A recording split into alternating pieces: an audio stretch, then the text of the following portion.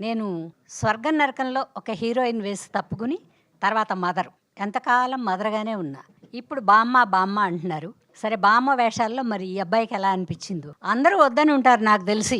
ఆవిడ బావుండదు, ఆవిడ చీర కట్టుకుని పెద్ద బొట్టు పెట్టుకుంటేనే బావుంటది, వద్దు అని ఉంటారు. ఈ అబ్బాయి పట్టుబట్టి పాపం ఇప్పుడేదో వచ్చిందిగా కొత్తగా ఏంటది ఏంటబ్బాయి అది? ఆ ఏఐలో పాపం నా బొమ్మ పంపించి ఇక్కడి నుంచి ఏదో డ్రెస్సులు వేయించి వీళ్ళకి చూపించారు ప్రొడ్యూసర్లకి. వీళ్ళు యంగర్స్ కదా, బాలాజీ గారు, కౌశిక్ గారు, తరుణ్ గారు, వీళ్ళందరూ యంగర్స్. శైలేంద్ర గారు వీళ్ళందరూ వద్దని ఉంటారు నాకు తెలుసు.